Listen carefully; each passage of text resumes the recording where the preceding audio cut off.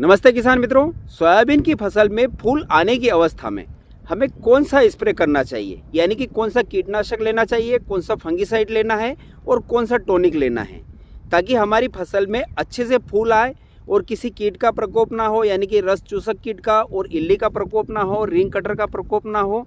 तो इसके लिए सबसे बेस्ट कॉम्बिनेशन वाला स्प्रे कौन सा है, तो इसके लिए आप वीडियो लास्ट तक देख लीजिएगा। अगर जो आप दूसरा स्प्रे करने की तैयारी में हैं और आपकी सोयाबीन की फसल में फूल आ चुके हैं, तो आप इस वीडियो को लास्ट तक देख लीजिए ताकि आपको सही जानकारी मिल सके और आप उस हिसाब से आपकी फसल में जो है स्प्रे कर सके। और जानकारी अच्छी लगे तो वीडियो को लाइक कर दीजिएगा, और अगर जो आपने अभी तक चैनल को सब्सक्राइब नहीं किया है तो इसी प्रकार की जानकारियाँ आगे भी आपको मिलती रहे, उसके लिए चैनल को सब्सक्राइब अवश्य करें। किसान मित्रों, लगभग अभी सभी जगह सोयाबीन हमारी 35 से 40 दिनों की हो चुकी है, 40 दिनों की अवधि को क्रॉस कर चुकी हैं। अभी सभी किसान भाइयों के यहाँ सोयाबीन की फसल में फूल आ चुके हैं और इस समय जो है किसान भाइयों हमें दूसरा स्प्रे करने की तैयारी कर देना चाहिए। अगर जो आपकी सोयाबीन की फसल में आपको दिख रहा है कि रस चूसने वाले कीटों का भी अटैक हो रहा है, इल्ली भी अगर जो आपको दिख रही हैं, तो बिल्कुल आप स्प्रे कर दीजिए। और अगर जो आपको लगता है कि हमारी सोयाबीन की फसल में कोई बीमारी नहीं है, रस चूसक कीट का अटैक भी नहीं है, इल्ली भी नहीं है, तो आप 4 से 5 दिन रुक सकते हैं, उसके बाद स्प्रे कर सकते हैं। क्योंकि किसान मित्रों, इस समय हमें ज़्यादा ध्यान देने की आवश्यकता पड़ती है। जिस समय हमारी सोयाबीन की फसल में फूल आना प्रारंभ होते हैं या फूल बन रहे हों, उस समय हमें रस चूसक कीट से सावधानी रखनी चाहिए हमारी सोयाबीन की फसल की। अगर इस समय हम थोड़ी सी लापरवाही करते हैं, यानी कि हमारी सोयाबीन की फसल में फूल आ चुके हैं और उस समय अगर जो कीटों का अटैक हो रहा है, या तो इल्ली का अटैक हो रहा है या रस चूसक कीट का अटैक हो रहा है, हमने पिछला स्प्रे किए हुए 10 से 15 दिन या 20 दिन हो चुके हैं, तो हमें दूसरा स्प्रे कर देना चाहिए। क्योंकि किसान मित्रों, अगर जो रस चूसने वाले कीट फूलों पर बैठेंगे तो फूलों को डैमेज करेंगे, उसको नुकसान पहुंचाएंगे और इसका सीधा असर हमारे उत्पादन पर पड़ता है। तो इसलिए अब हमें दूसरा स्प्रे करने की तैयारी कर देना चाहिए, जिसका रिजल्ट हमें मिलता है 20 से 25 दिनों तक, और 20 से 25 दिनों में फूल से फलियां बन जाती हैं। तो ये जो समय की जो टेंशन की घड़ी होती है वह निकल जाती है। तो अब किसान भाइयों, हमें किन किन कीटनाशक का स्प्रे करना है? तो किसान मित्रों, अगर जो आपने पहले स्प्रे में जो सिजेंटा की अलीक आती है, जिसके अंदर लेम्डासाइलोथीन के साथ में थायोमेथाक्साम का कॉम्बिनेशन हमें मिलता है, उसका स्प्रे किया है, तो अब आप दूसरे स्प्रे में जो बायर का सोलोमन आता है, जिसके अंदर बुटासाइलोथीन के साथ में हमें एमिडाक्लोपिड का जो कॉम्बिनेशन मिलता है, आप इसको ले सकते हैं। जो कि रस चूसने वाले कीट और चबाने वाले कीट होते हैं, यानी कि उड़ने वाले जितने भी कीट होते हैं जो कि रस चूसते हैं पौधों का, उसको आसानी से कंट्रोल कर लेता है। और इसके साथ में जो इल्लियाँ होती हैं, इल्लियों को भी 100% यह जो है कंट्रोल कर लेता है। तो आप इसको ले सकते हैं। अब इसके अगर जो हम डोज की बात करें किसान मित्रों, तो कंपनी बताती है इसका 80 ml से 100 ml इसका आप जो है प्रति एकड़ के हिसाब से इसका डोज रख सकते हैं। और इसके साथ में और लंबा आपको अगर जो रिजल्ट चाहिए, जो कि हमें 20 से 25 दिनों तक हमारी सोयाबीन की फसल में किसी भी इल्ली का या रस चूसने वाले कीट का अटैक ना हो, तो आप इसके साथ में जो इमामेक्टिन बेंजोएट हैं, आप इसका भी मिला सकते हैं। इमामेक्टिन बेंजोएट किसान भाइयों इल्ली को लंबे समय तक कंट्रोल करता है, उसके साथ में गडल विडल से यानी कि रिंग कटर से भी हमारी सोयाबीन को बचाए रखता है। अगर जो हम इसके डोज की बात करें तो कंपनी इसका डोज जो है 80 से 100 ग्राम प्रति एकड़ के हिसाब से बताती हैं, तो आप 100 ग्राम प्रति एकड़ के हिसाब से इसका डोज रख सकते हैं।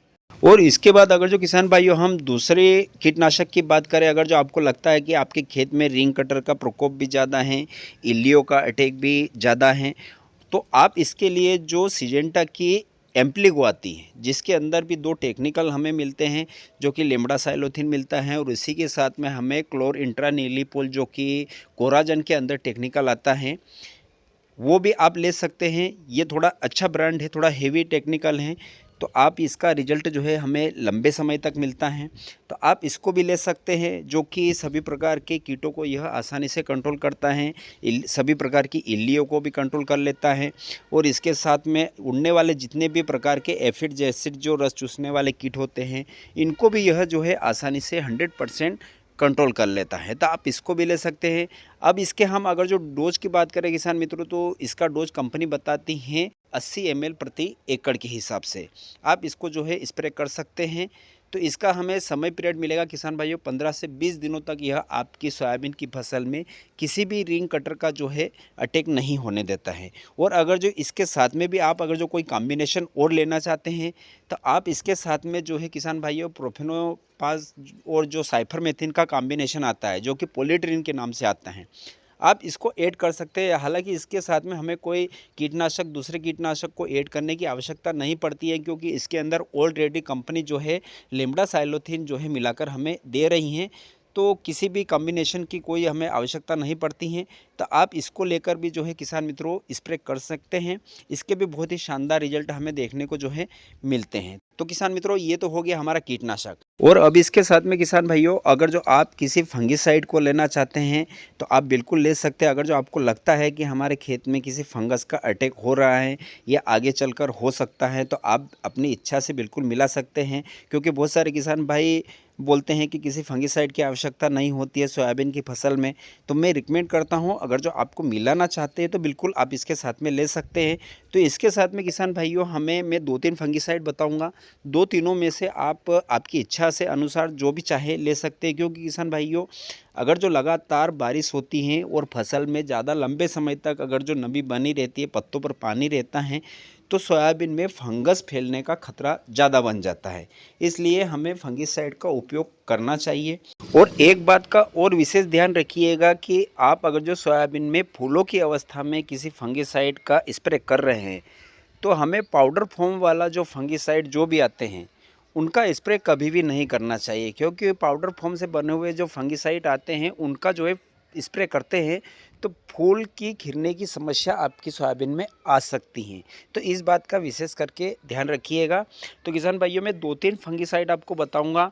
आप चाहे तो हल्के में अगर जो आप फंगिसाइड का स्प्रे करना चाहते हैं तो आप हेक्साकोनाजोल जो 5% आता है आप उसका भी स्प्रे कर सकते हैं।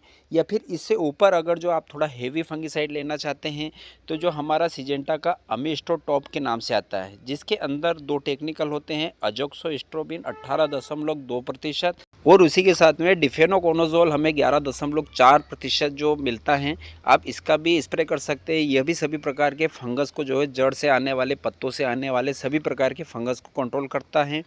और इसके बाद आता है हमारा अदामा का जो कस्टिडियो के नाम से फंगिसाइड आता है। यह भी सभी प्रकार के फंगस को जो है आसानी से कंट्रोल कर लेता है। और इसकी में टेक्निकल की अगर जो हम बात करें तो टेक्निकल आता है इसमें अजोक्सोस्ट्रोबिन 11.2% और टेवोकोनाजोल 18.3% हमें मिलता है। तो ये 3 फंगिसाइड किसान भाइयों, तीनों में से किसी को भी लेकर अगर जो आप स्प्रे करेंगे तो आपकी जो है सोयाबीन में लगने वाले सभी फंगसों को जो ये है आसानी से कंट्रोल कर लेते हैं। अब इसके साथ में किसान भाइयों अगर जो आप किसी टॉनिक को लेना चाहते हैं, आपको लगता है कि आपकी सोयाबीन की पैदावार कम है, उसमें अच्छे से फूल आए, फूल खिले नहीं और जितने भी फूल आए वह फलियों में कन्वर्ट हो जाएं, तो इसके लिए मैं आपको 2-3 टॉनिक बताऊंगा जो कि शानदार रिजल्ट देते हैं। जो कि हमारा सबसे पहला टॉनिक आता है अगर जो आपकी सोयाबीन में सभी फूल बन चुके हैं और कुछ कुछ जो है कर बनना स्टार्ट हो चुके हैं, यानी कि फलियां बनना स्टार्ट हो चुकी हैं, तो आप जो कोरोमंडल का फेंटेक प्लस के नाम से जो टॉनिक आता है आप उसको ले सकते हैं। उसके बहुत ही शानदार रिजल्ट हैं। और अगर जो आपकी सोयाबीन में फूल आना स्टार्ट हुए हैं तो आप गोदरेज का जो डबल के नाम से जो टॉनिक आता है आप उसको ले सकते हैं। उसके भी बहुत ही शानदार रिजल्ट हमें देखने को मिले हैं। या फिर इसके बाद एक जो हमारा आता है सेप्टान 10 के नाम से भी टॉनिक आता है, उसके भी बहुत ही शानदार रिजल्ट मिले हैं। तो आप इन दोनों तीनों में से कोई सा भी टॉनिक लेकर आप चाहें तो स्प्रे कर सकते हैं। और अगर जो आपको लगता है कि नहीं हमारी सोयाबीन की पैदावार अच्छी है तो आप जो है फंगिसाइड और कीटनाशक को मिलाकर भी स्प्रे करेंगे तो बढ़िया रिजल्ट देखने को मिलेगा। तो किसान मित्रों यह थी दूसरे स्प्रे की संपूर्ण जानकारी। आशा है कि वीडियो आपको अच्छा लगा होगा। तो फिर मिलेंगे एक नए वीडियो में नए विषय के साथ में। जय जवान जय किसान।